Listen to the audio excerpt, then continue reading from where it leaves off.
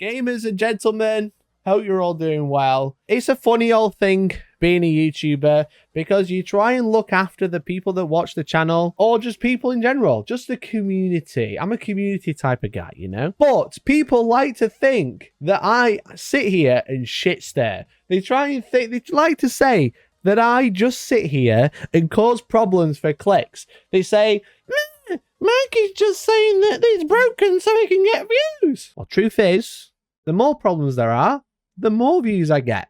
It's great. However, I don't do it on purpose.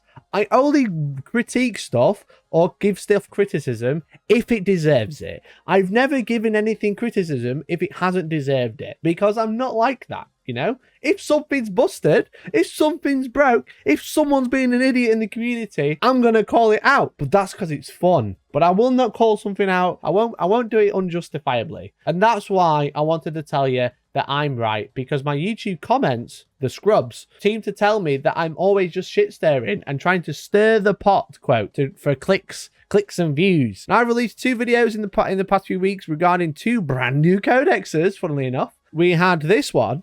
Games Workshop have messed up this codex, which is talking about the Leagues of Votan. But also more recently, we did the best thing about the Astra Militarum Codex is also its biggest flaw, talking about the regimental doctrines and how problematic they are. And people are just saying that, you know, oh, Mikey, you're just talking out your ass. You're just talking rubbish. But I'm not wrong. And that's because both armies have gone 5-0 at 2 different events. So we're going to look at those armies and talk about them. And all this information is on BCP. And a massive thank you to JCM Shirtle Chef, who's put together Meta Monday, and he does it every single week. The 2 events we're going to be talking about is Merry Slaneshmas 2022, 94 players in the US, 6 rounds. Votan went 6-0. And we're also going to be talking about Felice Exterminator St. Robert, I don't know where that is, but somewhere in the US, 55 players and 5 rounds, where Astra Militarum won. And this was using the brand new codex. This is using the brand new codex, and obviously we've got Leagues of Votan, a new army that I said were broken and people said they weren't, and I'm like, yeah, they are. So let's talk about Leagues of Votan. This was Nicholas Olsen Johnson. Votan, actually 6-0. I've put 5-0 here. Undefeated Votan. And it has a lot of tricks, a lot of synergy. So obviously this is Leagues of Votan. They've got judgment tokens, so 6s to hit auto wound, which becomes 5, which becomes 4s. But without ignoring all of that, we're talking about the nitty-gritty of what each unit can do. You know, the faction abilities are really good. The stratagems are really good. But this is like why this list works together, you know? It's a very spammy list. It's taking all the best units and spamming them, but it's not using Terminators, which is quite interesting. But I'm here Hearthguard. They're a very expensive unit now, but they haven't taken any, which is quite interesting. It is a mere conglomerate. So a mere conglomerate, what it does, it adds 4-inch range to all of the weapons in the army, excluding relics. But there's no range relics in this list anyway. So it also, most importantly, stupidly dumbly, models in this custom, if they have a 2-up armor save, gain a 4+ invulnerable save. Now, I'm not 100% sure what has a 2-up armor save, barring the Land Fortress, who has a 2-up armor save, which is, you know, kind of important. There's a 2-up for wound 16, toughness 8. There's 2 of those. But also, if you don't have an invulnerable save or 2-up armor save, you gain a 5+ invulnerable. So all the HalfKin, Chthonian Berserks, all the bikes, they all gain a 5+ invulnerable save. So they also have a stratagem, which is called Pulsed Beam Discharge. A beam weapon, if it hits, it also causes a mortal wound. So you don't have to roll to wound with it if you don't want to, but it just causes a mortal wound in addition to anything else. If you just need to flick a single wound, you use this, you hit once, and it automatically does a mortal, which is really good. So there's 3 HQs. The Warlord is the Carl. We've got a Brockia Forge Master. So this is the upgraded version of the Brockia Iron Master. So the upgraded version gets a Brockia Forge Master ability. Once per battle round, if it's on the battlefield when you use a Votan Wargear stratagem, which is a bunch of them, reduce the cost by 1, which is insane. The stratagems you have access to reduce the cost by 1. Are you ready? This is a long list. So the Pulse Beam, the faction strat, reduce it by 1. The teleport strat, site-to-site teleport. Pan-spectral, which is the Auspex scan. So when someone deep strikes, you can shoot at it. Reduce the cost by 1. Overcharge shield crest, which is basically transhuman. Reduce the cost by 1. Multi-wave system jammer, which is turn off aura abilities. Subterranean explosives, which is from the Chthonian Berserks. If they shoot something, you make it half move and fight last. Very important. Reduce it by 1. The Iron Storm strat, which is basically doing mortals to a maximum of 6. And then Concussion Blast, which is also turn off Overwatch. So all of those stratagems, once per battle round, you can reduce the cost by 1. Now, most of them are 1 CP, but some of them are 2. So it's just like a hell of a lot of synergy where you can be like, okay, all of these really good stratagems I love access to. I don't have any CP anyway. Let's make them cheaper every turn. It's like you're getting an extra CP every battle round because all of these stratagems are really good and you are going to use them. The fact that you can basically reduce the cost by 1, make it 1 cheaper every battle round is really, really nice. Also, because he's the Forge Master, he's got a Warlord trait, which is called Master Armorer, which basically means he heals 4 wounds rather than 3, which is going to be really good on something. And also, for 1 failed save for a vehicle within 6, you can make the damage become 0. Like, if you manage to get through that 4+ invulnerable on the land fortress, you go, I'm going to make that damage 0. Very, very good. And he's 115 points. So there's the Grimnir as well, which is the caster, the wizard. He's 3 powers because he's got a relic. Ancestral Wrath, which is basically roll 3 dice on a fall pulse, you take a mortal wound. If you've got a judgment token, roll 6. He's got 45, so you choose a unit, give it +1 toughness. All right, toughness like land fortress. You also give it 6 up, feel no pain at the same time, which is really, really good. And then he's got the other one, Interface Echo, which is basically gain a CP, which is not limited to any other gaining abilities in the game because it ignores them, which is really silly.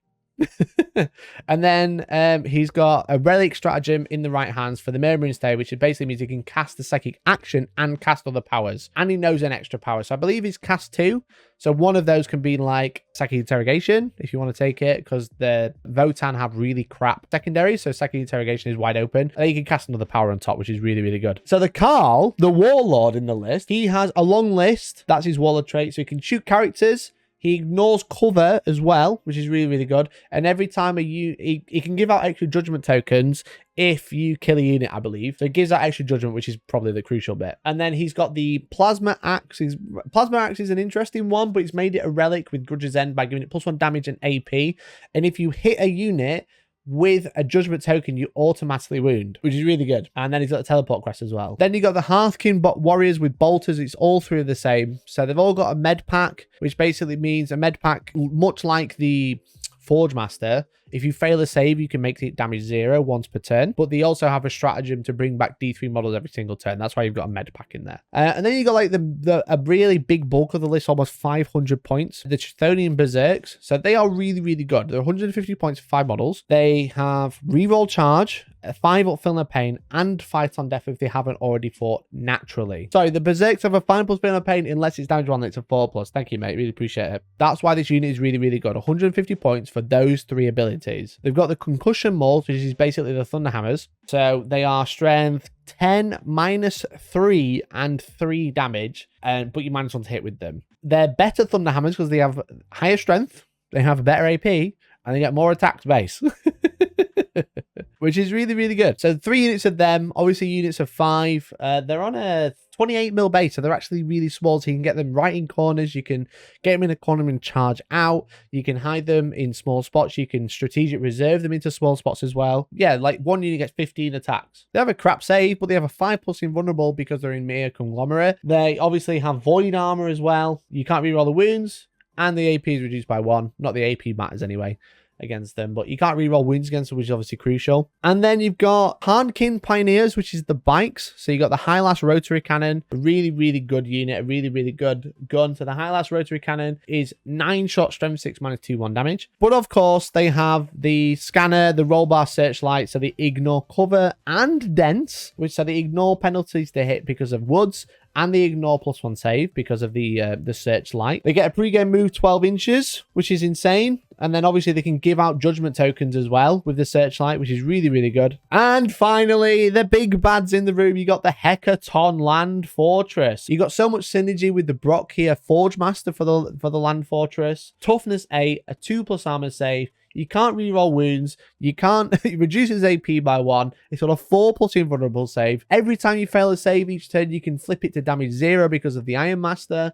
Or the Forge Master, sorry. It's got the... What weapons it got? Again, the Iron Beamer. The Iron Beamer, Hunter 2, Strength 7, -2 damage. It's a beam weapon, so who knows what it does anymore? According to Games Workshop, the FAQ, even they don't know how beam weapons work. But obviously, you choose the target and then draw a line in between it and hit everything. For 320 points, they've obviously gone up since they first came out. They're still really worth it. Again, the 2-up, 4-up is brutal. T8, so it's essentially a better... It's like shooting Imperial Knight with Rotate Iron Shield on, but you can't reroll and you reduce the AP by 1. Silly.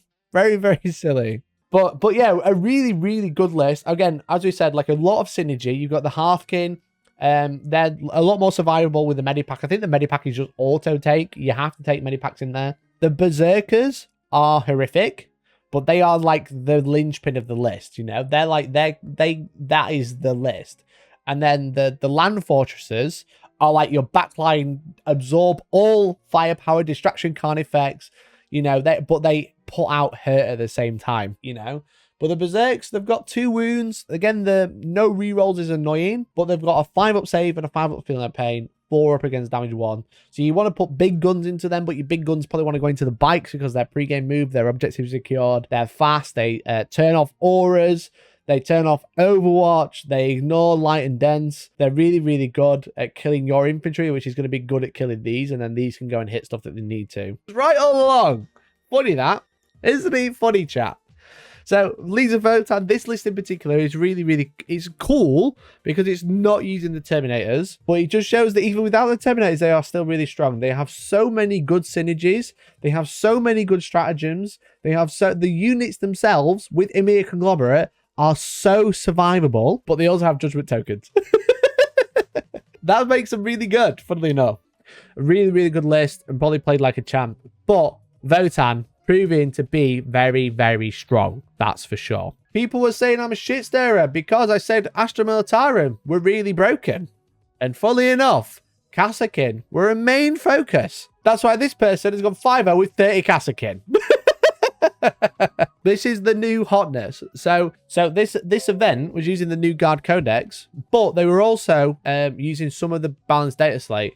So on the 16th of November, it says, we inform the community of the following. The guards are legal, so the new Guard Codex is legal, but they lose everything from the balanced data slate except Armor of Contempt.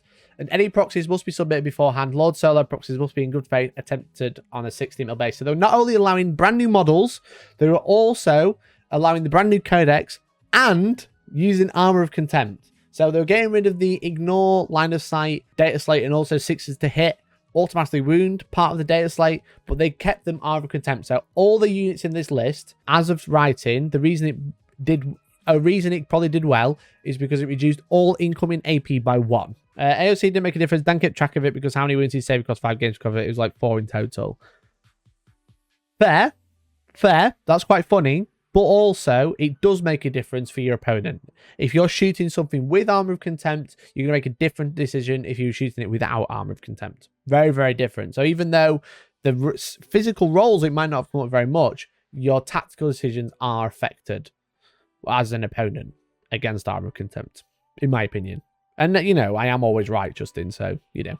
So, this is it. It's a Supreme Command, and it's a battalion. And as you can see, it's a little bit spammy, but it's taking some of the best units in the book. One of them being Kassakin. But no Rough Riders. I don't think this list didn't have Rough Riders because he doesn't think they're very good. I think this list didn't have Rough Riders because their models were awkward to get hold of. He's got the Lord Solar, but everything else in this list is like a model you could get before, you know. Kassakin are a brand new unit, but they are older models. If you've been playing Guard a long time, you probably already have some, or they could be using Silence as proxies. But the horse people are much harder to proxy. It was Born Soldiers. So obviously Born Soldiers, they have the officers give out, basically whilst you're within 6, you can use their leadership. Lord Solar is an officer, which is obviously really good. But the main one in this is they have the Born Soldiers keyword and a 6 to hit, automatically wounds a target, and counts as a 6 to wound. Obviously, that's really good because they have a lot of shots, a lot of synergy with the stratagems for 6s to wound do more. So Lord Solar is basically giving out an aura of using a higher leadership than what the Guard have already, and 6s to hit, automatically wound, and they wound on a 6. You can buff that to 5 with the Born Soldier stratagem, which is really, really good. And yeah, we've gone over Kassakin. I'm not going to focus on them too much. Watch the other video about Kassakin in particular, about Guard being dumb. But he's got Lord Solar, who has Grand Strategist, and he allows you to gain a CP at the start of the turn because one of his abilities is basically change your secondaries, which you're never really going to do, you know, unless you get it wrong. If you don't do that, you can gain a command point. Now, this list says it starts with 1. It probably really starts with 2. And then Grand Strategist is every time you spend a CP on a 5+, you get 1 back, which is really good. So refund, which is good. He has an aura of reroll once they hit and wound. And you can give out full rerolls to hit to any unit, but if you are core, is reroll hits and wounds, which is obviously going to be HalfKin. But obviously on the tank commander, or the tanks, giving out the big auras on a 60 mil base, so a huge reroll aura for everything that's near him, and then being able to choose units to give full reroll hits and or full reroll wounds, really, really good. So he's really cheap, but he also knows every order. So he has access to all of the orders, so he can order anything that he wants, which is good. And then in the actual battalion, he's got 3 HQs. He's got 2 Cadian command squads. So the first one has Master Tactician, which allows you to redeploy 3 units at the start of the game, which is, as we spoke about last video, really, really good. The med pack gives him a 5+ feel no pain, and then the Master Vox allows you to order another Vox unit within 24 inches rather than like 6 inches, and every unit that can take a Vox has one because they're free. So obviously he's got the Med Standard, the Medipack, the Master Vox, Melter Gun, Power Sword. He's also got an Auguring Bodyguard with Brute Shield in there, so keeping that one alive for longer. I'm surprised the Auguring Bodyguard's in this unit, not the next Cadian Command Squad, because the next one has all of the same. Got the Master Vox, got the Med Pack, but he's also got the Finial of Nemradesh, which is the banner relic. So obviously we spoke about the banner already, but the banner, what it does is core units. So obviously all of the shock troops or the HalfKin, etc. They ignore hit roll penalties. So move and shoot with heavy weapons, ignore it. Ignore dense, etc. But also they ignore damage abilities such as Abaddon's phase cap, the Bloodthirster phase cap, the Catan phase cap. They don't ignore -1 damage, but they ignore stuff that says any other wounds are lost or ignored, such as feel no pain or phase caps. And what's interesting with the banner, Finial of Nemradesh first, is that it gives it to not just the banner model, it gives it to the entire unit, because it says, command squad model equipped with the regimental standard only, the bearer gains the following ability, while a friendly Astra Militarum core unit is within 6 inches of this model's unit. So the model's unit is 5 dudes. So this entire unit that you can string out in your backline, you can be like, here's a line of dudes, 6 inches from any model. The banner can be at one side, but you can go to the other end of the unit and 6 inches off there, you can be like, oh yeah, by the way, you ignore hit roll modifiers and phase cap modifiers. You ignore that too, even though you're 12 inches away from the banner. It's kind of dumb. I think it should be from the model, but currently it's from the unit. So the unit has the banner in there. So they all give out the buff. So that 6-inch aura is massive if you play it right. We've then got the tank commander. So the tank commander has Gatekeeper, which is the relic battle cannon, a large cannon, 2 heavy bolters. So the Gatekeeper is D3 plus 6 shots, so minimum 7 shots. Strength 9 -3, 3 damage, and obviously he's a tank commander, so he can give out orders as well, so he can order himself probably. Then we've got the Cadian shock troops. Obviously they're really cheap, 65 points, double plasma gun, and a Vox caster. So the Vox caster being able to get issued orders from the Master Vox, which is really good. And obviously, with their las guns, 6s to hit, not only automatically wound, but because they are Cadian shock troops, 6s to hit with their las gun automatically cause an additional hit. So if you get 10 6s to hit, you get 10 wounds, but you also get another 10 shots, which is really, really good. So that's the Cadian shock troops. Then we've got the HalfKin. Now, again, I've spoken about the HalfKin a lot. They are actually dumb. They are so stupid. Again, watch that video back if you want to just learn exactly how HalfKin works. 5s to hit are going to auto wound. They can do mortal wounds. They can split fire to make those mortal wounds. It's 6 per...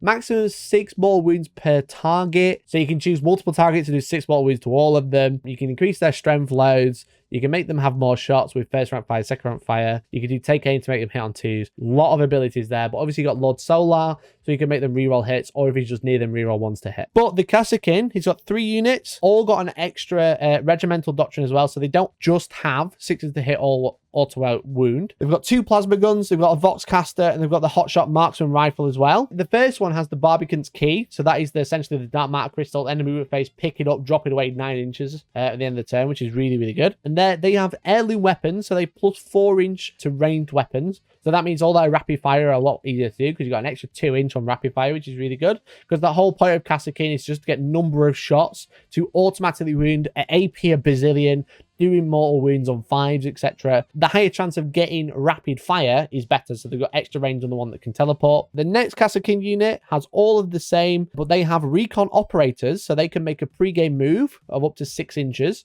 so they can move 6. They have to stay more than 9 away, but at the start of the turn, or the start of the game, they can move 6, so you can get more shots in with another unit of HalfKin. And then the final unit, again, loaded out exactly the same, but they have veteran gorillas, which is basically ignore cover whilst they're within 18 inches. So obviously their AP is super high, so ignoring cover just gives them an additional AP essentially. So that's the 3 HalfKin units. That's 300 points. They are brutal. They are really good units. I can't say it enough. But then he's got 3 units, well, 3 scout sentinels with plasma cannons, sentinel chainsaws, and one of them has the hunter killer. I imagine it's because he had 5 points spare.